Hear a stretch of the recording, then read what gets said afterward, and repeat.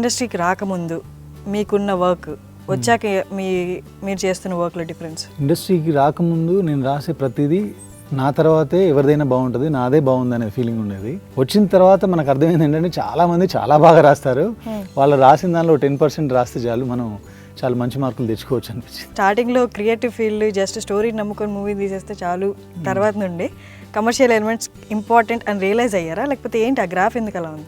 యాక్చువల్గా నేను ఏమైంది వీళ్ళు చేయడానికంటే ముందు నేను రాసుకుంది కమర్షియల్ స్టోరీనే, ఒక హీరోయిజం, ఒక ప్రాపర్ ఫ్లాష్ బ్యాక్ అలాంటివన్నీ రాసుకుని రచ్చ అండ్ దానికి ముందు మూవీ ఏమైంది బెంగాల్ టైగర్, ఇది ఈ ఒక్కొక్క మూవీ మీకు ఏమేమి నేర్పించి ఉండొచ్చు? ఇంతకుముందు కొంచెం ఓవర్ కాన్ఫిడెన్స్ ఉండేది. రచ్చ, బెంగాల్ టైగర్ ఆ సినిమాలు చేసేప్పుడు బాగా రాస్తే చాలు, ఆ 4 షాట్లు హీరోయిజం ఎలివేట్ చేసేస్తే సినిమాలు ఆడేస్తాయి అని. బట్ నాకు ఎందుకో అందుకే గౌతమ్ నంద విషయంలో మేకింగ్ చాలా చాలా ఫోకస్గా చేశాను నేను. హీరో క్యారెక్టర్ గోపీచంద్ గారిది మీరు ఎక్స్పెరిమెంట్ చేశారని చెప్పొచ్చా ఆయన లుక్స్, ఆయన క్యారెక్టర్తో ఈ మూవీలో? గౌతమ్ ఒక బిలియనీర్స్ ఫ్యామిలీకి సంబంధించిన అబ్బాయి, వారసుడు. అలాంటి వాళ్ళ పిల్లలు ఎలా ఉంటారు రీసెర్చ్ చేసుకున్నాం. ఇలా ఉన్నారా, ఇలా ఎంత థ్రిల్స్ వీళ్ళకి ఇష్టమా, ఇలాంటి లైఫ్ స్టైల్స్ వీళ్ళకి ఇష్టం, ఎక్కడికో వెళ్ళిపోతారు, అడ్వెంచర్స్ చేస్తుంటారు వైల్డ్గా అన్ని. అంటే నేను అక్కడ చదివినప్పుడు నాకు కొన్ని అర్థమైంది ఏంటంటే, ఒక అతని ఇంటర్వ్యూలో డెత్ తప్ప వాడు అన్ని థ్రిల్స్ చూశాడంట లైఫ్. అండ్ ఈ మూవీలో నేను విన్నాను ఒక డాగ్ కీ రోల్ ప్లే చేస్తాడంట. డాగ్ గౌతమ్ ఫ్రెండ్ అనమాట, గౌతమ్ ఘట్టమనేని ఫ్రెండ్ తను. ఓకే, వేరే కంట్రీలో ఉన్నాం కదా, నార్మల్గా ఏదో కార్లో అందరం కలిసి ఒకే దానిలో కూర్చొని వెళ్ళిపోయేవాళ్ళు. అది మాత్రం మెర్క్లో మంచిగా మెర్సిడీస్ బెంజ్లో వచ్చేసి మార్నింగ్ పూట అలా దిగేది. అది దాన్ని చూస్తుంటే ఏం సుఖపడుతుంది అనిపించి. కమింగ్ టు యాక్ట్రెసెస్, హన్సిక కానీ అండ్ బ్యూటిఫుల్ గర్ల్స్ ఇద్దరు. ఒకరు మేకప్ లేకుండానే బాగున్నారు, ఒకరు మేకప్తో ఇంకా బాగున్నారు. హాయ్ డ్రీమ్ వ్యూయర్స్, ఇవాళ మనం గౌతమ్ నంద మూవీ డైరెక్టర్ సంపత్ నంది గారితో ఉన్నాం. హాయ్ అండి, ఎలా ఉన్నారు? Super excite. నిజం చెప్పండి. నిజం చెప్పాలని కొంచెం నర్వస్ కూడా ఉన్నాను. నర్వస్గా ఉన్నారా? ఓకే, రిలీజ్ గురించి. ఓకే, నర్వస్ అండ్ టైర్డా at the same time? Tired కాదండి, ఎక్సైట్మెంట్ ఉంది, కొంచెం ఎక్కడో చిన్న నర్వస్గా ఉంటుంది. మనం ఏమి ఎక్స్పెక్ట్ చేసాం, రేపు ఎలా రిసీవ్ చేసుకోబోతున్నారు. సో ఎంత పెద్ద మూవీ అయినా, ఎంత కాన్ఫిడెన్స్గా ఉన్నా, లాస్ట్ డే వచ్చిందంటే ఆ టెన్షన్ అనేది 100% ఎవరికైనా. యా, అండ్ నేను వినింది, నేను చాలా అంటే ఇంటర్వ్యూకి వచ్చే ముందు రీసెర్చ్ చేసింది, చాలా ఇంటర్వ్యూస్లో చాలామంది చెప్పింది ఏంటంటే మీరు చాలా కూల్గా ఉంటారు, మీకు ఆ ప్రెషర్ని మేనేజ్ చేసే స్కిల్ బాగుంది అంటారు. అంటే బీయింగ్ ఏ డైరెక్టర్ అది మోస్ట్ ఇంపార్టెంట్ అని నేను ఫీల్ అవుతాను. డిపెండ్స్ అండి, అది ఇంపార్టెంట్. అంటే పర్సన్ టు పర్సన్ అది డిఫరెంట్గా ఉంటుంది, ఒక్కొక్కరు ఒక్కొక్క రకంగా హ్యాండిల్ చేస్తారు. ఓకే, నేను ఆ ప్రెషర్ని కానీ ఆ టెన్షన్ కానీ తీసుకుంటే లొకేషన్లో నేను సరిగా వర్క్ చేయలేను. ఓకే, సో ఏదన్నా రాంగ్ జరుగుతున్నా నా కళ్ళ ముందు దాన్ని వదిలేసి నెక్స్ట్ కరెక్ట్ చేసుకోవడానికి ట్రై చేస్తాను. మైండ్ అక్కడే పెడితే చేయాల్సిన సరిగా చేయలేనేమో అని ఉంటుంది. బట్ మేనేజ్ చేసుకోవడం అనేది కష్టం. ఓకే, అది మీరు స్కిల్ చేశారు, ఫైన్. సో అదేనా ఆ రీజన్ చాలామంది డైరెక్టర్స్కి కానీ లేకపోతే హీరోస్కి కానీ సంపత్ నందితో ఈజీగా మింగిల్ అవ్వచ్చు అని చెప్పడానికి రీజన్ ఏం కావచ్చు. Okay, so what is direction in your point? మీ పాయింట్లో డైరెక్షన్ అంటే ఏంటి? కామన్ సెన్స్ అనుకుంటాను, అంతే. Managing people common sense? అదే కామన్ సెన్స్ ఉంటే మేనేజింగ్ పీపుల్ కూడా వస్తుంది కదా. ఓకే, బట్ ఇక్కడ డైరెక్షన్ అనేది ఇండస్ట్రీలో it's more of managing egos or people అని చెప్పొచ్చా? అది డైరెక్షన్ అనేది అది చెప్పడం కరెక్ట్ కాదేమో. డైరెక్షన్ అనేది అన్నీ ఉంటుంది, 24 క్రాఫ్ట్స్ ఉంటుంది. ఈవెన్ హీరోల్ని మేనేజ్ చేయాలి, మీరు అన్నట్టుగా దాన్ని మేనేజ్ చేయాలి, వాటితో పాటు ఇవి అన్నీ ఉంటాయి అన్నమాట. ఓన్లీ పర్టికులర్గా ఈగోను హీరోల్ని మేనేజ్ చేస్తే డైరెక్షన్ చేయడం రాదు. ఓకే, ఎలా వస్తుంది? Nice. So you started your career అంటే ఒక దీనికి సంబంధం లేదు, డైరెక్షన్కి సంబంధం లేదు. సో మీరు ఫార్మసీలో ఉన్నప్పుడు స్టోరీస్ రాస్తూ ఉండేవాళ్ళు. సో ఇండస్ట్రీకి రాకముందు స్టోరీస్ అదొక లైఫ్. సో ఆ తర్వాత మీరు యాడ్స్ చేశారు అండ్ దెన్ ఇక్కడికి. So what is the one main factor ఇండస్ట్రీకి రాకముందు మీకున్న వర్క్ వచ్చాక మీరు చేస్తున్న వర్క్లో డిఫరెన్స్? ఇండస్ట్రీకి రాకముందు నేను రాసే ప్రతిదీ నా తర్వాతే ఎవరిదైనా బాగుంటుంది, నాదే బాగుంది అనే ఫీలింగ్ ఉండేది. ఇండస్ట్రీకి వచ్చిన తర్వాత చాలామంది చాలా బాగా రాస్తారు, మనం రాసేదే చాలా తక్కువ అన్న ఫీలింగ్ వచ్చింది. ఓకే, సో అప్పుడు ఆ కాన్ఫిడెన్స్ లెవెల్స్ వేరే రేంజ్లో ఉండేది. ఏ స్టోరీ చూసినా అది బాగాలేదు ఇది బాగాలేదు నేనైతే ఇలా రాసేవాడిని అని ఆ హైప్ ఉండేది. మన క్రియేటివ్ థాట్స్ పైన మనకి అంత నమ్మకం ఉండేది. వచ్చిన తర్వాత మనకు అర్థమైంది ఏంటంటే చాలామంది చాలా బాగా రాస్తారు, వాళ్ళు రాసిన దానిలో 10% రాస్తే చాలు మనం చాలా మంచి మార్కులు తెచ్చుకోవచ్చు అనిపించింది. ఓకే, మీ మూవీ గ్రాఫ్ తీసుకుంటే ఫస్ట్ మూవీ నుంచి ఇప్పటికి కమర్షియల్ వాల్యూస్ అనేవి ఇలా పెరిగాయి. అంటే ఎలిమెంట్స్ ఏమేమి మూవీలో ఏమేమి కమర్షియల్ ఎలిమెంట్స్ ఉన్నాయో అవి గ్రాఫ్ పెరిగింది. అదేనా మీరు అంటే స్టార్టింగ్లో క్రియేటివ్ ఫీల్డ్ జస్ట్ స్టోరీ నమ్ముకొని మూవీ తీసేస్తే చాలు, తర్వాత నుండి కమర్షియల్ ఎలిమెంట్స్ ఇంపార్టెంట్ అని రియలైజ్ అయ్యారా, లేకపోతే ఏంటి ఆ గ్రాఫ్ ఎందుకు అలా ఉంది? యాక్చువల్గా నేను ఏమైంది వీళ్ళు చేయడానికంటే ముందు నేను రాసుకుంది కమర్షియల్ స్టోరీనే, ఒక హీరోయిజం, ఒక ప్రాపర్ ఫ్లాష్ బ్యాక్ అలాంటివన్నీ రాసుకొని, అప్పుడు కొత్తగా కదా డెబ్యూ డైరెక్టర్ అంటే చాలామంది అంత డబ్బులు పెట్టడానికి ముందుకు రారు. ఆ టైంలో కొంచెం బోల్డ్గా కొంచెం ఇన్నోవేటివ్గా ఏదైనా రాద్దాం ఏదైనా చేద్దాం అని అనుకున్నప్పుడు ఏమైంది వీళ్ళు ఐడియా చేశాను. అందుకని ఆ తర్వాత మళ్ళీ అలాంటి చేయలేకపోయాను. తర్వాత ఏదైతే నా దగ్గర ఉన్న స్టోరీస్ ఉన్నాయో అవి రాసుకుంటూ రచ్చ, బెంగాల్ టైగర్, ఇప్పుడు గౌతమ్ నంద ఇలా చేసుకుంటాను. ఓకే, సంపత్ నంది గారు ఇలా కమర్షియల్ కానీ లేదా బోల్డ్ ఆ కైండ్ ఆఫ్ కాన్సెప్ట్స్ కాకుండా ఒక సోషల్ సెన్సిటివ్ ఇష్యూని తీసుకొని ఎలివేట్ చేయగలరా తన మూవీస్తో? 100% చేయగలను, కానీ అది ఆ ఇష్యూ నేను ముందు ట్రిగ్గర్ అవ్వాలి, నేను ముందు ఇన్స్పైర్ అవ్వాలి. ఎక్కడో చదివిన ఏదో లైన్లోంచి ఏదో ఒక మాట, ఏదో ఒక మీనింగ్ మనకు అర్థమైపోతే దానిలోంచి క్రియేట్ చేసుకొని చేసినవి నేను చేసిన సినిమాలన్నీ కూడా. లవ్కు బ్రేకప్ లేదు, ఒకసారి ప్రేమించుకున్న తర్వాత బ్రేకప్ లేదు, ఎక్కడో విన్నాను ఏదో సినిమాలోనో ఏ పుస్తకంలోనో, దాన్ని పట్టుకొని రాసుకున్న కథ ఒకే మాటలో రాసింది అది. అలాగే ఆ తర్వాత if you born like a poor it's not your mistake, but if you die like a poor it's purely your mistake. ఆ మాటలోంచి అది నా యార్, ఇప్పుడు గౌతమ్ నంద. రచ్చ అనేది ఆ మాటలోంచి రాసిందే కథ, ఇప్పుడు నా యార్ హోయామై అనే మాటలోంచి ఇది. అలా ఎక్కడో ఏదో చదివింది ఇన్స్పైర్ చేస్తే నాకు రాయాలనిపిస్తుంది. ఓకే, అలా నేను రాసిన కథలన్నీ మాత్రం సింగిల్ లైన్లో పుట్టినవేనండి, అది 100% నేను ఆనెస్ట్గా చెప్పాను. ఒక మాట ఏదో ట్రిగ్గర్ చేసేస్తే ఇంకేదో రాయాలన్న ఇన్స్పిరేషన్ వస్తుంది, మోటివేషన్ వస్తుంది, దాన్ని పట్టుకొని వెళ్తూ ఉంటాను. సో ఆ జర్నీలో ఎంతవరకు సక్సీడ్ అయ్యాను అనేది చేసిన సినిమాలను బట్టి, చేయబోయే సినిమాలను బట్టి తెలుసు. మీరు స్టార్ట్ చేసింది మాత్రం మీ career as a writer, right. Then direction నేర్చుకున్నారు మీరు యాడ్స్ ద్వారా, అంతే, correct? Self experiments. Okay, so ఈ కాన్ఫ్లిక్ట్ ఎప్పుడైనా వస్తుందా మీకు డైరెక్టర్కి, యాక్టర్కి, సారీ డైరెక్టర్కి, రైటర్కి? యాక్చువల్గా కాన్ఫ్లిక్ట్లా కాదు, కానీ ఇంతకుముందు కొంచెం ఓవర్ కాన్ఫిడెన్స్ ఉండేది. రచ్చ, బెంగాల్ టైగర్ ఆ సినిమాలు చేసేప్పుడు బాగా రాస్తే చాలు, 4 షాట్లు హీరోయిజాన్ని ఎలివేట్ చేసేస్తే సినిమాలు ఆడేస్తాయి అని. బట్ నాకు ఎందుకో లాస్ట్ 1.5 year నుంచి ఓన్లీ రాయడం కాదు, మేకింగ్ మీద కాన్సన్ట్రేట్ చేయాలి, మేకింగ్ బాగుంటేనే రైటింగ్ కూడా ఎలివేట్ అవుతుంది అనేది నాకు నేనే సెల్ఫ్ రియలైజేషన్ వచ్చిన తర్వాత. అందుకే గౌతమ్ నంద విషయంలో మేకింగ్ చాలా చాలా ఫోకస్డ్గా చేశాను నేను. రైటింగ్కి ఎక్కువ ఇంపార్టెన్స్ ఇచ్చి మేకింగ్ టైంలో పెద్దగా ఇంపార్టెన్స్ ఇస్తాను, కానీ ఎందుకో ఎక్కడో దగ్గర నేను రిలాక్స్ అవుతుంటాను. అది ఈ సినిమాలో లాస్ట్ షాట్ వరకు కూడా రిలాక్స్ అవ్వకుండా చేశాను. ఓకే, ఫస్ట్ అంటే సినిమా స్టార్ట్ అయిన ఫస్ట్ షెడ్యూల్లో ఫస్ట్ డే ఫస్ట్ షాట్ దగ్గర నుంచి మేము లాస్ట్ షెడ్యూల్లో లాస్ట్ డే లాస్ట్ షాట్ తీసేంత వరకు ఫోకస్డ్గా ప్రతి షాట్ చేయడానికి ప్రయత్నం చేశాను.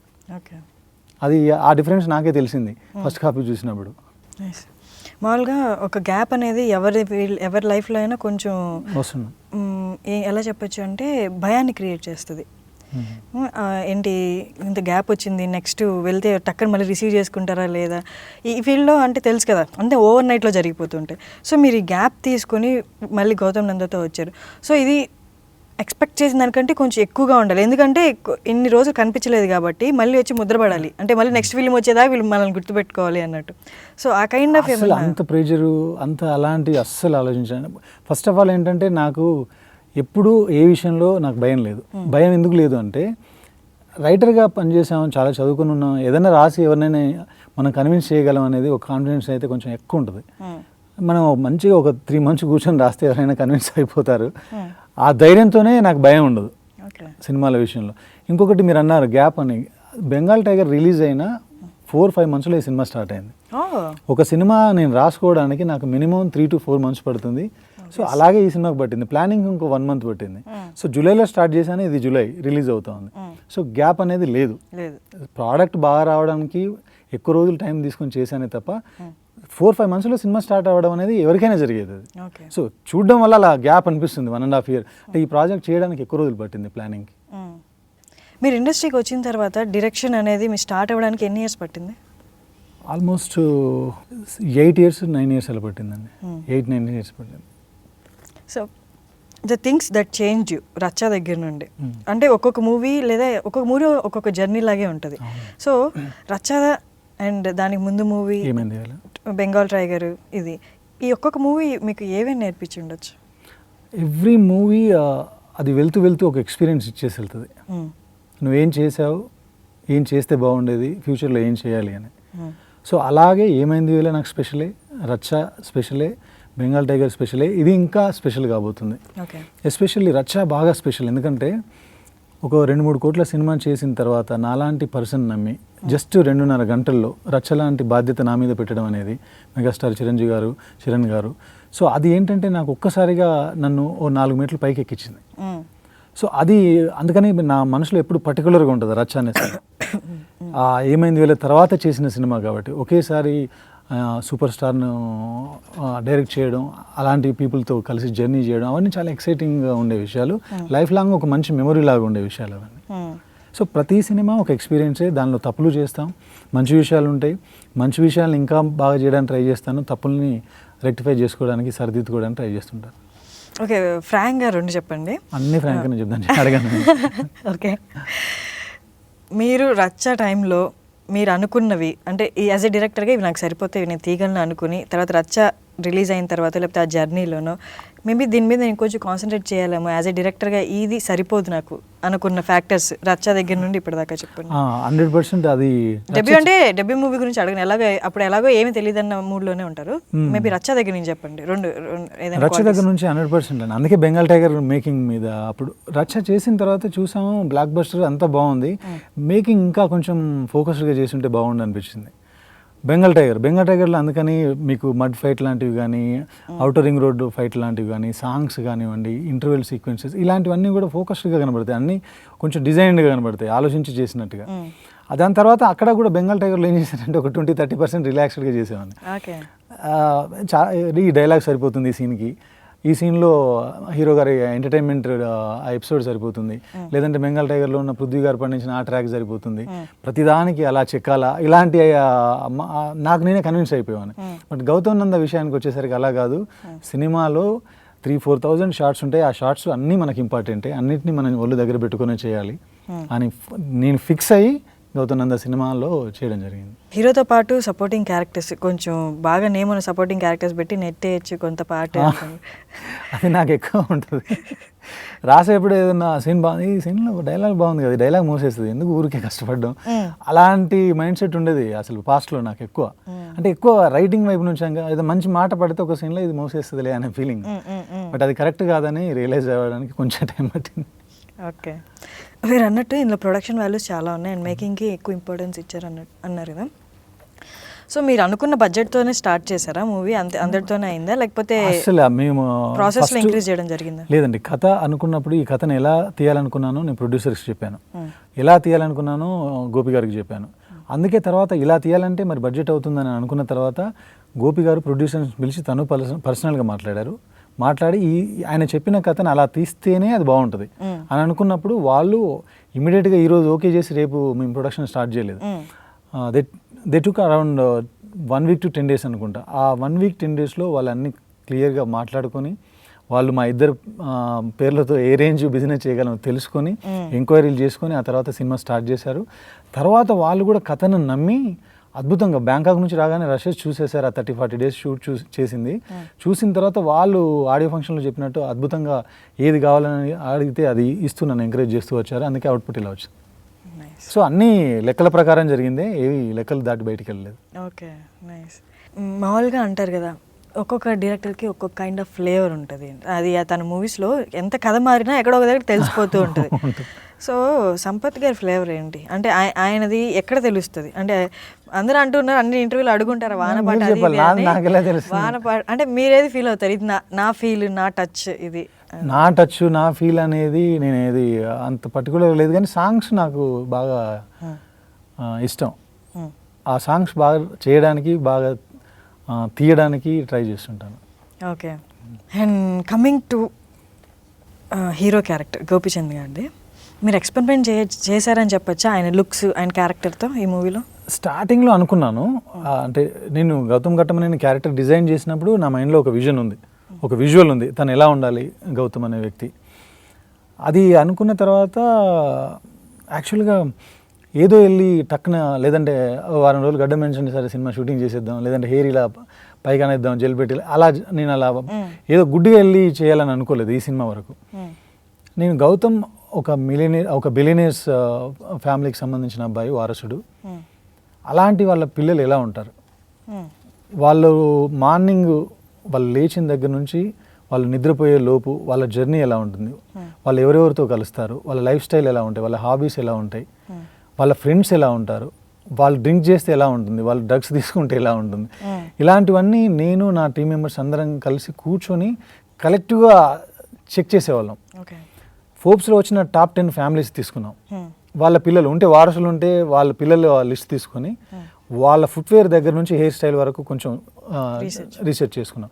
పెద్ద రీసెర్చ్ కాదు కానీ ఊరికే స్క్రోల్ చేసుకుంటూ వెళ్ళిపోతాం, అంటే పలానా అబ్బాయి, వీడు పలానా వాడి కొడుకు, వాడు ఎలా ఉంది, ఇలా చూసినప్పుడు నాకు చాలా చాలా వండర్గా అనిపించింది. అలాంటి లైఫ్లోకి ఎప్పుడు నేను అలా తొంగి చూడలేదన్నమాట. ఇలా ఉన్నారా, ఇలా ఎంత థ్రిల్స్ వీళ్ళకి ఇష్టమా, ఇలాంటి లైఫ్ స్టైల్స్ వీళ్ళకి ఇష్టమా, ఎక్కడికో వెళ్ళిపోతారు, అడ్వెంచర్స్ చేస్తుంటారు వైల్డ్గా అన్నీ, ఎక్కడో పరిగెత్తే ఫ్లైట్లోంచి దూకేస్తారు, ఇవి ఏంటి ఇది అంటే. నేను అక్కడ చదివినప్పుడు నాకు కొన్ని అర్థమైంది ఏంటంటే, ఒక అతని ఇంటర్వ్యూలో డెత్ తప్ప వాడు అన్ని థ్రిల్స్ చూశాడంట, లైఫ్స్ పీక్స్ అనమాట, ఏ ఎమోషన్ అయినా పీక్లో చూశాడు. హ్యాపీనెస్ అంటే అది అలాగే, డేటింగ్కి వెళ్తే అమ్మాయిలతో అలాగే, అంటే వాడు ఏ చేసినా పీక్స్లో ఉంటుంది. వాడు చెప్పింది ఏంటంటే, నేను డెత్ని తప్ప నేను అన్ని థ్రిల్స్ చూశాను నా లైఫ్లో. ఇలాంటివన్నీ ఉన్నాయి, మరి ఇవన్నీ చేయాలంటే ఎలా అన్నప్పుడు, అప్పుడు ఒక్కొక్కరి దగ్గర నుంచి ఒక్కొక్కటి హెయిర్ స్టైల్ వాడికి ఇలా ఉంది, మనం ఇలా వెళ్దాం. అలా నేను ఒక 7 to 8 స్కెచెస్ రెడీ చేశాను. ఆ 7 to 8 స్కెచెస్ తీసుకెళ్ళి గోపి గారి దగ్గరికి వెళ్ళా, కూర్చున్నాం, బాగున్నాయి అన్నారు. బాగున్నాయి అని అన్నారు కానీ కళ్ళల్లో ఎక్కడో ఆయనకు చిన్న భయం, సడన్గా ఇంత చేంజ్ ఓవర్ ఎలా ఉంటుంది అని. అలా అనుకున్న తర్వాత దీనిలో ట్రై చేద్దామండి, ఏది బాగుంటే, ఏది మన ఇద్దరికి కామన్గా, లేదు మన టీం వాళ్ళందరికీ కామన్గా నచ్చితే ఆ లుక్తో వెళ్దాం అన్నప్పుడు చూస్తే చాలా బాగుంది, కానీ ఆయనకి ఇంకా గ్రిప్ రావట్లేదు ఏది దానిపైన వెళ్ళాలి. అప్పుడు హెయిర్ స్టైలిస్ట్ రాముతో కూర్చొని రకరకాలుగా హెయిర్లు టెస్ట్ చేసి ఫోటోలు తీసుకొని నా మొబైల్లో ఆయన మొబైల్లో ఇంటికి వెళ్తూ పడుకుంటూ లేస్తూ అవే చూసుకునే వాళ్ళం 2-3 రోజులు. ఆ తర్వాత డిజైనర్ భాస్కర్ గారు, ఆయన కూడా ప్రభాస్ గారికి వీళ్ళు చేస్తుంటారు, ఆయన కూడా స్టోరీ విన్నారు. ఫస్ట్ నాకు ఇలా కావాలని నేను చెప్పలేదు, నేను ముందు స్టోరీ వినండి, కంప్లీట్గా ఎక్స్ప్లెయిన్ చేశాను. నేను విన్న వెంటనే ఆయన కనెక్ట్ అయిపోయి, మీకు ఒక విజన్ ఉంది కదండి, నాకు ఒక విజన్ వచ్చింది, నేను మీకు డిజైన్ చేసి చూపిస్తానని ఆయన కొన్ని డిజైన్ చేశారు. ఆ తర్వాత చిన్న ఫోటోషూట్ పెట్టుకున్నాను హీరోకి, ఆ హెయిర్ స్టైల్తో మేము అనుకున్న కాస్ట్యూమ్స్తో పెట్టుకొని అందరికీ యునానిమస్గా ఒకే గట్ రియాక్షన్ అంటారు కదా ఒకటి చూడగానే, అలాంటి ఓ రియాక్షన్ వచ్చింది ఒక లుక్కి. అదే ఇప్పుడు మనం చూస్తున్న ఫైనల్ లుక్. చిన్న కట్ కానివ్వండి, హెయిర్ దగ్గర చిన్న అది, అంటే చిన్న చిన్న మైన్యూట్ విషయాలు కూడా జాగ్రత్త తీసుకునే చేసాం, ఏదో ఒకటి చేసేద్దామని మాత్రం చేయలేదు. సో అది అందుకని ఎక్స్పెరిమెంట్ లాగా మాకు భయం ఏం లేదు, ఇంత జాగ్రత్తగా వెళ్తున్నప్పుడు తప్పకుండా నచ్చుతుంది అని. నేను ఎక్స్పెరిమెంట్ అంటే ఒక నెగటివ్ మీనింగ్ లో అడగట్లేదు, అంటే వాళ్ళ కంఫర్ట్ లెవెల్ దాటి చేసిందే. యూజువల్గా ఇప్పుడు ఆ హెయిర్ సెట్ చేసుకోవడానికి కానీ, ఇప్పుడు మనం ఒక కైండ్ ఆఫ్ కాస్ట్యూమ్స్ వేసుకున్నప్పుడు క్యారీ చేయడం చాలా ఇంపార్టెంట్. మన ఊరికి వెళ్ళే టీషర్ట్ లుక్ వేరే ఉంటుంది. ఇప్పుడు సల్మాన్ ఖాన్ ఆయన మామూలు ఒక చిన్న పోలో వేసుకుని అలా వెళ్ళిపోతా ఉంటే ఎలా ఉంటాడు ఆయన.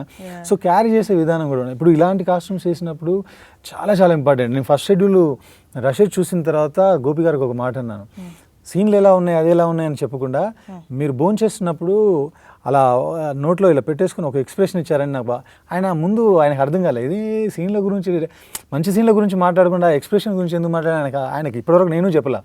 నా ఉద్దేశం ఏంటంటే, నాకు అలాంటి ఒక బిలియనీర్ వాళ్ళకి సంబంధించిన కొడుకు ఇంట్లో భోజనం చేస్తున్నప్పుడు నాకు అలా తింటాడేమో అనిపించింది. సో అలా చిన్న చిన్నవి కూడా నాకు బాగా నచ్చేవి ఆయన చేసి. ఆయన ఎంత వర్క్ చేశారో నాకు తెలియదు, కానీ లొకేషన్లో మాత్రం నేను చెప్పిన తర్వాత బౌండెడ్ స్క్రిప్ట్ ఇచ్చాను, ఆయన ఎన్నిసార్లు చదివారో ఎంత హోంవర్క్ చేశారో నాకైతే తెలియదు. లొకేషన్లో మాత్రం 1% కూడా ఏ రోజు నేను దగ్గరికి వెళ్ళి మీరు చేసేది కరెక్ట్ కాదండి, నా విజన్ ఇది కాదు ఇంకోటి అని చెప్పే పరిస్థితి రాలేదు నాకు. 1 లేదా 2 టేక్స్లో నాకు ఓకే అయిపోయేది. ప్రాపర్గా వచ్చేవాళ్ళు డైలాగులు కూడా, లెంతీ డైలాగ్ అయినా కూడా ఆయన చూసుకునే వచ్చేవాళ్ళు, అంత ప్రాపర్గా జరిగింది షూటింగ్. సో మీరు అన్నట్టు మీ ట్రైలర్లో చూపించినట్టు అందరికీ అర్థమైంది అంటే ఒక పర్సన్ తను డిస్కవర్ journey చేసుకోవడం అంటే ఉంటుంది అది అనేది లాగ్ లైన్ అనేది నార్మల్ లాగ్ లైన్. సో ఈ movie is more about screenplay అంటారా? Screenplay and incidents. మీరు ఎమోషన్స్ ఎక్కువ, మంచి ఎమోషన్స్ ఉంటాయి, హార్ట్ టచింగ్గా ఉంటాయి. మనిషి హ్యూమన్ బీయింగ్లో అన్నీ ఉంటాయి, మనలో అన్నీ ఉంటాయి. అందరికీ ఆకలి, బాధ, కష్టం, కన్నీరు, సంతోషం అందరికీ తెలుసు. గౌతమ్ నందకి ఎలా తెలిసింది అనేది సినిమా. ఓకే, ఇవన్నీ మన అందరికీ తెలుసు. తనకి ఎలా తెలిసింది, ఆ జర్నీలో అసలు ఏం చూశాడు, ఇది చాలా ఇంట్రెస్టింగ్ ఉండబోతుంది. అండ్ ఈ మూవీలో నేను విన్నాను ఒక డాగ్ కీ రోల్ ప్లే చేస్తారంట. సో డాగ్ గౌతమ్ ఫ్రెండ్ అనమాట, గౌతమ్ ఘట్టమనేని ఫ్రెండ్ తను. ఓకే, చాలా చాలా చూడడానికి చాలా క్యూట్గా ఉంటుంది. అందరు లొకేషన్లో ఫస్ట్ క్యాథరిన్ కానీ ఇంకొక అమ్మాయి చేసింది నటాషా అని, సెక్రటరీగా చేసింది, చాలా బ్యూటిఫుల్ గర్ల్ అమ్మాయి.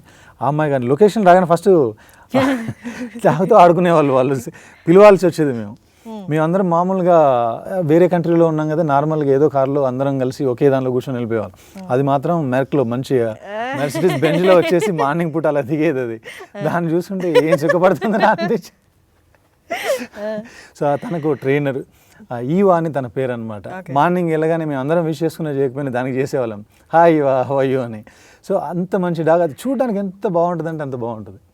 అదేదో స్పెషల్ బ్రీడ్, ఏదో చెప్పారు, అది స్పెషల్ బ్రీడ్ అది. సో నాకు అర్థమైంది ఏంటంటే, నేను అడుగుతాను, మేబీ ఏదో కరెక్ట్ కాదో తెలీదు. సో డబ్బున్న ఒక వ్యక్తికి డబ్బు ఉండడం వల్ల, లేకపోతే మేబీ రిచ్గా పుట్టి రిచ్గా పెరగడం వల్ల హ్యూమన్ వాల్యూస్ తక్కువైపోయి ఒక డాగ్ని ఫ్రెండ్గా పెట్టారా? అసలు అది కాదు, అది కదా, అలా. ఓకే, సరే. అని మామూలుగా అందరి ఇళ్ళలో పెద్దాగ్ లాంటి డాగే అంతే అది. ఓకే, కాకపోతే స్టోరీలో ఇన్వాల్వ్ అవుతుంది. నైస్. అంటే దాని గురించి అన్న కీలకమైన పాయింట్ ఉందా? సంథింగ్ ఏదో కీలకమైన పాయింట్ ఉంది, చూద్దాం సినిమాలో. Okay. And coming to actresses, Hansika కానీ అండ్ బ్యూటిఫుల్ గర్ల్స్ ఇద్దరు. స్క్రీన్ ఒకరు మేకప్ లేకుండానే బాగున్నారు, ఒకరు మేకప్తో ఇంకా బాగున్నారు. ఓకే. హన్సిక ఏంటంటే స్ఫూర్తి అనే క్యారెక్టర్ చేసింది. ఒక గోల్డ్ షాప్లో, జ్యువెలరీ షాప్లో వర్క్ చేస్తుంటుంది. మంత్లీ ఒక 10,000 12,000 సంపాదించుకునే అమ్మాయి. అమ్మ, నాన్న, తన బాయ్ ఫ్రెండ్. చిన్న ప్రపంచం. ఇక్కడే హైదరాబాద్లో ఆ ట్యాంక్ బండ్ చుట్టూ లేదంటే పాత బస్సు చుట్టూ 4 బ్యాంగిల్స్ కొనుక్కొచ్చుకుంటే చాలా, ఇదే ప్రపంచం అనుకున్న అమ్మాయి అందులోనే చాలా చాలా సాటిస్ఫైడ్ లైఫ్ను అనుభవించే అమ్మాయి హన్సిక. క్యాథరిన్ ఏంటంటే అది ముగ్ధ అనే అమ్మాయి ఏంటంటే చాలా ట్రెండీ గర్ల్. ప్రపంచాన్ని చుట్టేయాలి, ప్రపంచాన్ని తిరిగేయాలి, ఇంకా ఏదో ఉంది లైఫ్లో, ఇంకేదో చూడాలి అనుకునే ఒక అమ్మాయి. సో తనకి విపరీతమైన యాటిట్యూడ్ ఉంటుంది, విపరీతమైన అమ్మాయి కూడా చాలా మంచి బ్యాక్గ్రౌండ్ నుంచి వచ్చిన అమ్మాయి. సినిమాలో బెంగళూరు బేస్డ్ అనమాట అది. సో అలాంటి అమ్మాయి, తను చాలా హాట్గా కూడా ఉంటుంది సినిమాలో. అందుకే కాస్ట్యూమ్స్ కానీ అన్నీ అలా ఉంటాయి. ఈ అమ్మాయి ఏంటంటే వితౌట్ మేకప్, అసలు మేకప్ సినిమాలో హన్సిక వాడలేదు ఆ బస్తీ ఎపిసోడ్లో. సో వితౌట్ మేకప్ తను చాలా రియలిస్టిక్గా, ఆనెస్ట్గా బిహేవ్ చేయడానికి ట్రై చేస్తుంది సినిమా. మామూలుగా వినేది ఏంటి అంటే, ఒక మూవీ అయిపోయిన తర్వాత హీరోలు కానీ యాక్టర్స్ కానీ ప్రమోషన్స్ టైంలో కొంచెం బద్దకిస్తారు అని. కానీ మీ కాస్టింగ్ చూస్తుంటే ప్రమోషన్స్లో యాక్టివ్గా ఉన్నారు. అండ్ క్యాథరిన్ విషయానికి వస్తే, అమ్మాయి నేను విన్నాను చాలా హార్డ్ వర్కింగ్ అని, అండ్ డబ్బింగ్ కూడా మీకు చాలా కోఆపరేట్ చేశారు అని. సో ఈ ప్రమోషన్స్ అండ్ డబ్బింగ్లో చెప్పండి, వాళ్ళ నుండి ఏ కైండ్ ఆఫ్ కోఆపరేషన్ ఉంది? 100% కోఆపరేషన్. మీరే అంటున్నారు కదా, ఎప్పుడు ఇలా చూస్తున్నాం ఎనర్జీ కానీ వాళ్ళు వచ్చి పార్టిసిపేట్ చేయడం, ఇదంతా నాకు తెలిసి స్టోరీ వల్లే జరుగుద్ది అనుకుంటాను. మనుషులు ఎవరో ఏమీ చేయలేము.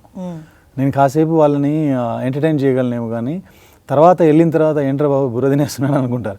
సో స్టోరీ వాళ్ళకి నచ్చి, వాళ్ళ క్యారెక్టర్స్ వాళ్ళకి నచ్చడం వల్ల డెఫినెట్గా మాకు ఇంత కనెక్ట్ అయింది కదా, రేపు ఆడియన్సెస్ కూడా ఇది నచ్చుద్దని చెప్పేసి వాళ్ళు అలా చేస్తున్నారని నేను. అండ్ డిఫరెంట్ క్యారెక్టర్స్ చూస్తాం, ట్రైలర్ కూడా చూపించారు. బిత్తిరి సత్తి గారిని. అంటే ఏంటి, వెయిటేజ్ పెంచడం కోసమా అది కూడా, లేకపోతే లేదు దేర్ ప్రెజెన్స్ ఈజ్ ఇంపార్టెంట్ అండి. ఆ బస్తీలో తన ప్రెజెన్స్ ఇంపార్టెంట్. చక్కగా హీరో ఫ్యామిలీకే కొన్ని హెల్ప్ చేస్తూ ఉంటాడు, అది నేను రివీల్ చేయలేను. రియల్ లైఫ్లో క్యారెక్టరైజ్ చేశారు. ఆయన ఏదైతే ఛానల్ వర్క్ చేస్తున్నారో అలా వర్క్ చేసే పర్సన్గానే చేశాడు. ఆ బస్తీలో అతనికంటే ఒక క్రేజ్ ఉంటుంది, ఆ ఇంటి ముందు, ఇంట్లో, ఫ్రెండ్స్ దగ్గర. సో రియల్ లైఫ్ క్యారెక్టరైజ్ చేశారు.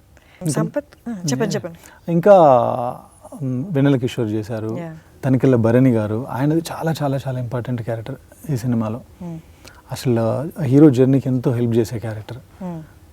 నేను ఇంతకుముందు చెప్పినట్టుగానే ఈవెన్ ఆయన భగవాన్ శ్రీ రమణ మహర్షి గారిని క్వశ్చన్ చేసిన వ్యక్తి ఎవరైతే ఉన్నారో ప్రకాశన్ పిల్లై, ఆ ప్రకాశన్ పిల్లై గారి ఇన్స్పిరేషన్తో రాసుకున్న క్యారెక్టర్. చిన్న ఎంత ఫుటేజ్ ఉంటుంది, చాలా తక్కువ ఫుటేజ్ ఉంటుంది, కానీ ఎక్కువ ఇంపాక్ట్ ఉంటుంది భరణి గారిది. ముఖేష్ ఋషి గారు చేశారు, అలాగే నిఖితిన్ దీర్ తంగబలి, చెన్నై ఎక్స్ప్రెస్లో చేసిన విలన్, వీళ్ళందరూ ఎక్స్ట్రాడినరీ పర్ఫార్మెన్సెస్ ఉంటాయి. కథకు ఎంత కావాలో అంతవరకు. మీరు తనకల భరణి గారిని చెప్తుంటే ఒకటి నాకు మీ ప్రీవియస్ ఇంటర్వ్యూలో చూసి అది గుర్తొచ్చింది. ఒకటి, మీరు ఎక్కువ బుక్స్ చదువుతారు కదా అన్నారు, బుక్స్ చదువుతారని చెప్పారు. సో ఏ కైండ్ ఆఫ్ చదువుతూ ఉంటారు? అది పర్టికులర్గా ఫిక్షన్ అనో లేదంటే నాన్ ఫిక్షన్ అనో లేదంటే అలా పర్టికులర్గా ఏముండదండి. ఎక్కువ అంటే ఒకప్పుడు ఎక్కువ నవల్స్ చదివాను, బట్ ఇప్పుడు ఆటోబయోగ్రఫీస్ ఎక్కువ నచ్చుతున్నాయి, ఎందుకో తెలియదు. న్యూస్ పేపరే కావచ్చు, వీక్లీ మ్యాగజైన్సే కావచ్చు, ఎనీథింగ్ ఏదైనా ఇంట్రెస్టింగ్గా ఉందని ఎవరైనా చెప్పినా లేదంటే నేను చదివినప్పుడు ఇంట్రెస్టింగ్ అనిపించినా పట్టుకొని వెళ్ళిపోతూ ఉంటాను. సో ఎందుకంటే అందుకే నాకేంటంటే ఇది ఎక్కడో ఏదో మాట ఇన్స్పైర్ చేసే తప్ప నేను రాసిన సినిమాలను చూస్తే మీకు ఎక్కువ రెఫరెన్సెస్ మూవీస్ నుంచి ఉండవు, పలానా సినిమాలోంచి ఇది తీసేసినట్టుగా ఉండదు. అది వాటి సక్సెస్ రేంజ్ ఏ రేంజ్లో ఉందనేది మనం పక్కన పెట్టేస్తే, సో ఆ సక్సెస్ అయిన 3 సినిమాల్లో కూడా ఏదో ఒక మాట ద్వారానే సినిమా కథ అంతా ఉంటుంది. ఓకే, అంటే మీరు ఒక కైండ్ ఆఫ్ టాపిక్ లేదా ఈ కైండ్ ఆఫ్ టాపిక్స్ నన్ను ఎక్కువ అట్రాక్ట్ చేస్తాయి లేదా ఆ కైండ్ ఆఫ్ బుక్స్ ఎక్కువ చదువుతున్నా అలా ఏమైనా ఉందా? Maybe I could say spirituality kind అని కానీ, లేకపోతే చాలా మంది డైరెక్టర్స్ చెప్తుంటారు రామాయణ మహాభారతం అనేది దాంట్లో ఒక్కొక్క లైన్ తీసుకుని ఒక్కొక్క స్టోరీ తీసేయచ్చు అని. 100% అంటే మీరు అందులో బాగా తరోనా? అంటే నేను చదివినవి అందులో తరో అంటే మిగతా సినిమా పెద్దలకి, అంటే ఎవరైతే ఆత్రేయ గారు కానివ్వండి, ఆ తర్వాత వచ్చిన జంధ్యాల గారు కానివ్వండి, ఆ తర్వాత ఇప్పుడున్న సత్యానంద్ గారు కానివ్వండి, పరశురు బ్రదర్స్ కానివ్వండి, పోసాని గారు, వాళ్ళకున్నంత నాలెడ్జ్ నాకు లేకపోవచ్చు, వాటి మీద కమాండ్ నాకు లేకపోవచ్చు, ఇన్ఫర్మేషన్ ఉంది నా దగ్గర, బట్ నేను వాటికంటే కూడా ఈ కాంటెంపరీగా ఉండే విషయాలే నన్ను ఎక్కువ చేస్తుంటాయి. ఫ్రెండ్స్ ఎవరైనా టక్కున నేను ఏదో బుక్, నాకున్నారు అలాంటి ఫ్రెండ్స్ ఎక్కువ చదివేవాళ్ళు, ఎస్పెషల్లీ రవి అని మా సీనియర్, స్టాలిన్ రవి అంటున్నా, ఆయన చికాగోలో ఉంటారు. ఆయన ఎక్కువ చాలా పెద్ద క్రిటిక్ అతను. సినిమాలు చూసిన వెంటనే అది ఇలా ఉంది ఇది ఇలా ఉందని చెప్తా ఉంటారు. ఆయన మంచి చదివిన విషయం ఉంటే నాకు చెప్తా ఉంటారు. సో అలా చెప్పినప్పుడు ఏదో టక్కున తీసుకొని చదవడం లేదంటే దాని నుంచి ఏదైనా గ్రాస్ప్ చేయడం అలా జరుగుతుంటుంది. సంపత్ గారు డైరెక్ట్ చేస్తున్నారు, రాస్తున్నారు, ప్రొడక్షన్ ఏంటి? ప్రొడక్షన్ కూడా ఇష్టం. You want to encourage young talent or మొత్తం నేనే చేయలేను కాబట్టి నాకు ఒక టీం? అంటే 100% యంగ్ టాలెంట్ని ఎంకరేజ్ చేయాలని ఏదో నేను ప్రొడక్షన్ హౌస్ స్టార్ట్ చేసి దేశాన్ని ఉద్ధరిద్దాం అనేది 100% కాదు. అది మైట్ బి ఏదైనా 30% 40% ఉండొచ్చు. నాకు బేసిక్ ఏంటంటే ఏదన్నా ఐడియా వస్తే అది నాకు నచ్చితే, మనసుకి నచ్చితే దాన్ని అలాగే తీసుకెళ్ళి ఏ బీరువాలోనో ఏ డ్రాయింగ్ రూమ్లోనో పెట్టుకొని నేను వెయిట్ చేయలేను. నా పేపర్ బాయ్ అనే ఐడియా వచ్చింది. ఆ పేపర్ బాయ్ అనే ఐడియా రాగానే నా టీం మెంబర్స్ అందరికీ చెప్పాను. చెప్పిన తర్వాత బాగుందన్న తర్వాత అది నచ్చిన వ్యక్తితో అది డైరెక్ట్ చేపిద్దాం. ఇప్పుడు అది చేసే అంత ఆ టైంలో నేను చేయలేనేమో అనిపించేసి అది ఇంకొకరికి, ఆ కథ నచ్చిన వ్యక్తికి అప్పగించడం జరిగింది. స్టోరీ కోసమే, అంతే. నాకు ఆ స్టోరీ నచ్చింది, దాన్ని చూసుకోవాలి నేను స్క్రీన్ మీద. సో అలాంటి ప్రాజెక్ట్ ఇప్పుడు చేయలేను కాబట్టి వేరే వాళ్ళతో చేయించు. మళ్ళీ కెరియర్ డైరెక్టర్గా స్టార్ట్ చేసిన వాళ్ళు ఎవరో ఒకరి దగ్గర వర్క్ చేస్తూ ఉంటారు, కొన్నేళ్ళు వర్క్ చేసి వాళ్ళు వెళ్ళి ఇండివిజువల్గా మూవీని తీసినప్పుడు వాళ్ళ గురువు గారు ఏదైతే ఉందో వాళ్ళ ఇంపాక్ట్ ఉంటుందా, లేకపోతే వాళ్ళ జర్నీలో నేర్చుకునేది ఉంటుందా? రెండు ఉంటాయి. ఇంపాక్ట్ ఉంటుంది, వాళ్ళు సెల్ఫ్ గ్రోత్ ఉంటుంది కదా, వాళ్ళు ఆ గ్రోత్లో వాళ్ళు తెలుసుకున్న విషయాలు, నేర్చుకున్న విషయాలు ఉంటాయి. నేను ఎవరి దగ్గర వర్క్ చేయలేదండి. పోసాని గారు మీ రైటర్గా వర్క్ చేశాను. యాజ్ ఎ డైరెక్టర్గా నేను అసిస్టెంట్ డైరెక్టర్గా, యాజ్ ఎ అసిస్టెంట్గా నేను ఎవరి దగ్గర వర్క్ చేశాను. Okay. And coming to me movie music విషయానికి వస్తే తమన్ గారు ఇచ్చారు అండ్ రామజోగ శాస్త్రి గారు మొత్తం పాటలు ఆయనే రాశారు కదండి? మొత్తం ఆయన రాశారు, సింగిల్ కార్డ్ శాస్త్రి గారు. ఓకే. సో ఈ మ్యూజిక్ విషయానికి వస్తే అన్ని మూవీస్ చేస్తూ ఉంటారు, ఒక్కొక్క మూవీకి ఒక్కొక్క కైండ్ ఆఫ్ ఫ్లేవర్ ఉంటుంది. So you go and describe చేస్తారా నాకు హీరో క్యారెక్టర్ ఇది ఇలా కావాలి అని? స్టోరీ సిచ్యువేషన్స్ యూజువల్లీ ఎవరైనా any director music director story చెప్తారు. అలాగే తనకి నేను స్టోరీ ఇక్కడ హైదరాబాద్లో స్టోరీ చెప్పాను. స్టోరీ అయిపోయిన వెంటనే ఆ సందర్భానికి జిందగీ నా మిలేగి దొబారా ఈ వర్డ్ ఏదో చెప్పాను నేను. ఆయన మైండ్లో రన్ అవుతున్నా, స్టోరీ అయిపోయేసరికి హమ్ చేశాడు. సో అది okay, first tune okay. Second వచ్చేసరికి ఆ సినిమాలో బ్లాక్ అండ్ వైట్ బస్తీ మాదర్ అనేది, దానికి సందర్భం చెప్పాను, దానికి కొంచెం టైం తీసుకుని అది చేశారు. అలాగే ఏ సిచ్యువేషన్లో ఎలాగ, ఎస్పెషల్లీ బోలేరా మాత్రం నేను కొంచెం చెప్పాను, ఈ సిచ్యువేషన్ ఈ సందర్భం నాకు కొంచెం ఇంపార్టెంట్, ఎందుకంటే ఇందులో హీరోయిన్స్ ఉండబోతున్నారు, కొంచెం గ్లామరస్గా చూపించబోతున్నాను. సెకండ్ హాఫ్లో వచ్చి ఒక వెట్ సాంగ్, ఇది చాలా రొమాంటిక్ సాంగ్, చాలా బాగుండాలి, అని పర్టికులర్గా చెప్పడం జరిగింది. బీజిఎమ్స్ కూడా ఇలా ఇలా ఉండాలి నాకు. అంటే నేను హై స్పీడ్ విజువల్స్ తీయడానికి, అమ్మాయిల్ని అందంగా చూపించడానికి, పాటను అందంగా తెరకెక్కించడానికి కావాల్సిన మూడ్ క్రియేట్ చేయమని చెప్పాను. సో దాని ఇంకా ఆయనకి ఏముంది, ఆ బోలరామ్ లాంటి సాంగ్ ఇచ్చేసారు. బోలరామ్ సాంగ్ మాత్రం అంటే Fantastic song. ఇప్పుడు దాకా Visually చూసాము, ఇంకా చాలా బాగుంది. విజువల్ అదే ఇప్పుడు దాకా చూసాం అన్ని ఆ కైండ్ ఆఫ్ సాంగ్స్ చూసాం. కొంచెం గ్యాప్ వచ్చినట్టుంది ఆ కైండ్ ఆఫ్ సాంగ్స్ చూసి అన్నట్టు ఈ సాంగ్ చాలా బాగుంటుంది, నమ్మండి. ఓకే. ఈ సాంగ్ నాకు మళ్ళీ ఒక స్టోరీ, కథ రాసినట్టే. ఇది డే 1 నుంచి నాకు ఆ సాంగ్ షూటింగ్ అంటే భయం వేసేది. జనరల్గా ఏంటంటే ఎక్సైట్మెంట్ ఉంటుంది, నాకు భయం అనమాట. ఈ సాంగ్ ఇప్పుడే చేయాలా, అందుకని లాస్ట్ ఆ సాంగే చేసింది మేము షూటింగ్. సినిమా షూటింగ్లో లాస్ట్ సాంగ్ అది, షూటింగ్లోనే లాస్ట్ అది. ఎందుకంటే పోస్ట్పోన్ చేస్తూ వస్తున్నాను, ఇప్పుడు ఇది కాదు ఇంకేమైనా విజువల్స్, మంచి విజువల్స్ వస్తాయా, అలా పోస్ట్పోన్ చేసుకుంటూ వచ్చి లాస్ట్లో షూట్ చేశాను. భయం ఎందుకంటే దాని మీద నేను చాలా హోప్స్ పెట్టుకున్నాను, ఎందుకు బాగా తీయాలని. ఆ తీయాలనుకున్న విజువల్స్ చేయాలంటే నా దగ్గర ఎక్కడో ఏదో ఇన్ఫర్మేషన్ కావాలి, సెట్ బాగుండాలంటే మా దగ్గర అన్ని డబ్బులు లేవు. బ్రహ్మగడల గారితో కూర్చొని నాకు కావాల్సిన అన్ని చూపించి ఎక్స్ప్లెయిన్ చేశాను. ఆయన దాన్ని క్రియేటివ్గా ఎంత తక్కువలో చేయగలగాలో అంత తక్కువలో చేయాలి. కాస్ట్యూమ్స్ వచ్చేసరికి ఏవేవో రెఫరెన్స్లు ఇస్తుంటాను నేను, వాటిని ఒక దానిపైకి తీసుకొచ్చి చేయాలి. అలాగే ఆ సాంగ్లో వాడిన ప్రాపర్టీస్ కానివ్వండి, చూడబోయే ముందు ఎందుకు కానీ ఇలాంటివన్నీ నేను పర్టికులర్గా చేశాను. అది దానికి తోడు అమ్మాయి ఏంటంటే క్యాథరిన్ తన బాడీ మీద వర్కౌట్ చేసింది, నాకు కొంచెం అక్కడ లీన్గా స్లిమ్గా కావాలి. సో తను ఎక్స్ట్రాడినరీగా వర్కౌట్ చేసింది. ఆ అమ్మాయికి నేను చెప్తూనే వస్తున్నాను, ఈ సాంగ్ ఇలా ఉంటుంది అలా ఉంటుంది అంటే అమ్మాయి మెంటల్గా ప్రిపేర్ అయి ఉంది. సాంగ్ ట్యూన్ రెడీ అయిపోయిన తర్వాత, కాస్ట్యూమ్స్ అన్ని రెడీ చేసిన తర్వాత ఆఫీస్కి వచ్చి నాతో పాటు ఒక 2-3 అవర్స్ కూర్చొని ఏ కాస్ట్యూమ్ వేస్తున్నాము, ఎలా చేయబోతున్నాం అన్ని అమ్మాయికి విజువల్స్తో సహా నేను అన్ని ముందు ఎలా ఉండబోతుందో విజువల్సే చూపించాను ఏకంగా, అది వర్కౌట్ చేసి. ఆ అమ్మాయి చూసి ఇన్స్పైర్ అయిపోయి తను కూడా, అంతకుముందు చెప్పాను కదా మార్నింగ్ 5 o'clock వచ్చి నెక్స్ట్ మార్నింగ్ 5 వరకు అలా కంటిన్యూగా షూట్ చేసిందని. ఆ అమ్మాయి హార్డ్ వర్క్ 100% అమ్మాయికి చాలా పేరు తీసుకురాబోతుంది. ఓకే. అండ్ కెమెరా పర్సన్ అనేది మూవీని బట్టి, లేకపోతే ఈ కైండ్ ఆఫ్ వర్క్ ఆయన ప్రీవియస్గా చేస్తున్నారు కాబట్టి ఆయన సూట్ అవుతారే అని అలా ఉంటుందా, లేకపోతే అండర్స్టాండింగ్ బట్టి ఉంటుందా? ఎందుకంటే యూ రిపీటెడ్ ట్వైస్ సౌందర్యరాజు గారు అండ్ అప్కమింగ్ ప్రాజెక్ట్ కూడా ఆయన.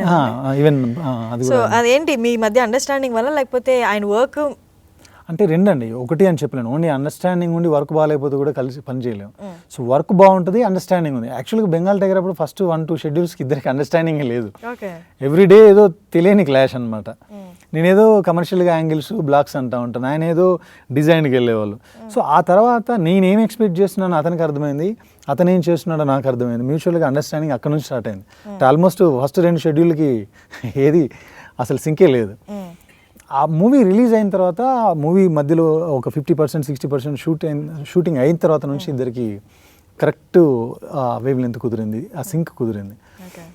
ఆయన నేను అడిగాను, ఈ సినిమా ఫస్ట్ షెడ్యూల్ అయిపోయింది, రషెస్ అన్ని చూసుకున్న తర్వాత రషెస్ చూసి నాకు నచ్చింది మనం ఇంతకుముందు కూడా చాలా సినిమాల్లో మనం చేసాము, మిగతా వాళ్ళు చేశారు, గ్రాండియర్ అనగానే ఒక 4 షార్ట్స్ పడితే ఇంత ఫ్లో రాదు, ఇప్పుడు ఎందుకు వచ్చిందంటే నేనేం లేదు, నువ్వు చెప్పిన కథను తీశాను అన్నాడు అతను. సో ఆ రోజు అర్థమైంది అతను 100% కథను ఫాలో అవుతున్నారు. నాకు పేరు రావాలని నేను ఏ షార్ట్ ప్రయత్నం చేయలేదు. నువ్వు స్టోరీ చెప్పిన వెంటనే ఆయన నాకు లేచి మామూలుగా అప్రిషియేషన్ ఉంటుంది, షేక్ హ్యాండ్ ఇచ్చేసి this is your one of best stories కాదు, this is your best story అని ఏదో చెప్పారు ఆయన. సో చెప్పి షేక్ హ్యాండ్ ఇవ్వగానే డెఫినెట్గా ఇన్స్పైర్ అయ్యాను. ఆయన ఆ మాటను గుర్తుపెట్టుకొని లాస్ట్ డే షూటింగ్ వరకు కూడా చెప్పేవాళ్ళు, స్టోరీ ఎలా చెప్పారో మీరు అలా చేయడానికి ట్రై చేశాను నేను. కెమెరామెన్గా నాకు పేరు రావడం కోసం ఈ సినిమాలో ఒక షాట్ కూడా పెట్టలేదు. సో అదే ఈరోజు తనకి నాకు మా ఇద్దరి ఫ్రెండ్షిప్కి కావచ్చు అందరికీ మంచి పేరు తీసుకొచ్చింది. Being a director all kind of emotions మీకు మైండ్లో ఉండి మీరు రాస్తారు. సో ఆన్ సెట్స్కి వెళ్ళినప్పుడు కొన్ని ఎమోషన్స్ మీరు చెప్తారు, కానీ అంటే వాళ్ళ ఎక్స్పీరియన్స్ ఉండే వాళ్ళు కొన్ని అలా ఎమోట్ చేసేస్తారు, కొంతమందికి మీరు యాక్ట్ చేసి చూపించాల్సి ఉంటుంది. సో ఆ కైండ్ ఆఫ్ చేసేటప్పుడు ఏ కైండ్ ఆఫ్ ఎమోషన్ మీకు ఎక్స్ప్లెయిన్ చేయడం కానీ అవి షూట్ చేసేటప్పుడు కానీ కొంచెం ఇబ్బంది కనిపిస్తుంది? నాకు సెంటీ సీన్లే కొంచెం అది మనకు అది ఆ ఎమోషన్ కొంచెం ఇబ్బంది. బట్ ఇందులో 1 or 2 సీక్వెన్సెస్ ఉన్నాయి, అవి చెప్పాలనుకునేటప్పుడు చేసి చూపించడం కూడా కొంచెం కష్టం. అలాంటి ఎమోషన్ ఏదో వాక్ లేదంటే యాక్షన్, అరవడాలు, వార్నింగ్లు ఇలాంటివి ఈజీ ఎవరికైనా. సో అలాంటివి ఏంటంటే చాలా సెన్సిబుల్గా ఎక్స్ప్లెయిన్ చేయాలి. అలాంటి అప్పుడు కొంచెం ఇబ్బంది అనిపిస్తుంది, బట్ అది కూడా ప్రాసెస్లో అది కూడా ఓవర్కమ్ చేస్తుంది. మీరు దుబాయ్లో కూడా చేసినట్టున్నారు కదా, దుబాయ్ అండ్ బ్యాంకాక్లో, అండ్ డెజర్ట్లో కూడా చేశారు. సో బాగా ఇబ్బంది అయి ఉంటుంది కదా. అది చాలా ఇబ్బంది అండి. 11 వరకు చేసేవాళ్ళం, మార్నింగ్ 7 నుంచి 11 వరకు చేసి 11 నుంచి పరిగెత్తేవాళ్ళం. అసలు ఎక్కడ షేడ్ ఉంటుందా, ఎక్కడ కార్ ఉంటే అందులో ఏసీ ఉంటుందా, ఎక్కడ క్యారవాన్ ఉంటుందా అని పరిగెత్తుకెళ్ళేవాళ్ళం. 11:30 నుంచి 3 వరకు అసలు బయటకు వస్తే ఇంకా మనం ఏదన్నా మాడిపోతామేమన్న ఫీలింగ్ వచ్చేది, అలా ఉండేది.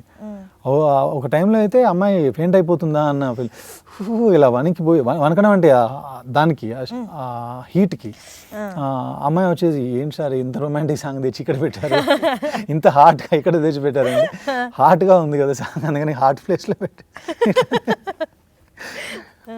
ఇప్పుడు చూసినప్పుడు విజువల్స్ చాలా బ్రైట్గా బాగున్నాయి, కానీ అప్పుడు చాలా చాలా చాలా చాలా దారుణంగా ఉండేది. యాక్చువల్గా 1 మంత్ బిఫోర్గా షూట్ చేయాల్సింది, మేము ప్లానింగ్ చేసిన టైం కంటే 1 మంత్ డిలే చేసి వెళ్ళాం. అక్కడ మాకు కొట్టేసింది ఆ టైం. అప్పుడు మేము కరెక్ట్ టైంలో వెళ్తే క్లైమేటిక్ కండిషన్స్ కంప్లీట్గా చేంజ్ అయిపోయినాయి. 30 ఉండేయాల్సింది 48-50కి వెళ్ళిపోయింది.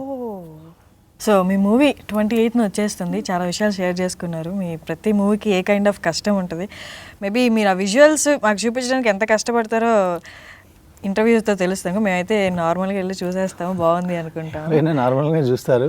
ఆ నార్మల్గా చూసినప్పుడు నిజాయితీగా మనం చేసిన ప్రయత్నం కన్వే అవుతుంటుందని నేను నమ్ముతాను. So all the very best అండి. 28న మూవీ రిలీజ్ అవుతుంది కాబట్టి, అండ్ మీ అప్కమింగ్ మూవీస్ కూడా all the best. And upcoming movies ఏమైనా ప్రిపేర్డ్ ఉన్నారా? స్టోరీ రాస్తున్నానండి, ఇంకా టైం పడుతుంది. Okay, so all the very best and thank you so much. Thank you so much. Thank you.